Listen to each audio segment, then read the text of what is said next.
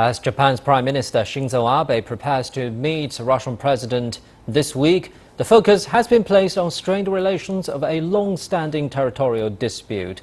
4 islands in the Pacific Ocean were seized by the former Soviet Union at the end of the World War II and are still controlled by Moscow. So Russia and Japan have not yet signed a peace treaty to end the war.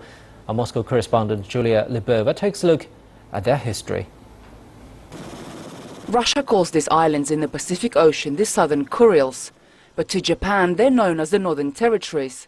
They have been the subject of a dispute that has lasted for decades between the two countries, and the reason why Russia and Japan have not yet signed a peace treaty to end World War II.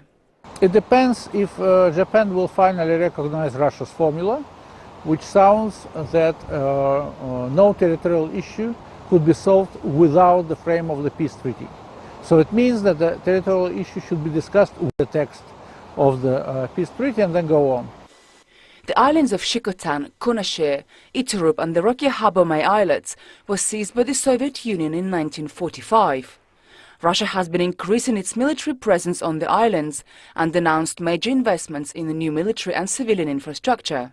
In the past, Moscow indicated that it is willing to return the 2 southernmost islands as a gesture of goodwill, but showed no signs of relinquishing the 2 larger territories. We are hinting that we may resolve territorial dispute one day, but a lot of things has to be changed for that, and nobody is so optimistic as to see that this change will come tomorrow. As a result, for years, political ties between Russia and Japan have been strained. However, high-level meetings have been taking place, with Russia's foreign minister having travelled to Tokyo in April. Japan's Prime Minister Shinzo Abe will meet with Russia's Vladimir Putin in Sochi this Friday. The meeting will be unofficial, with no official ceremonies or a joint news conference. The Kremlin has already indicated that the talks are unlikely to result in serious progress over the disputed Kuril Islands. Julia Libova, CCTV, Moscow.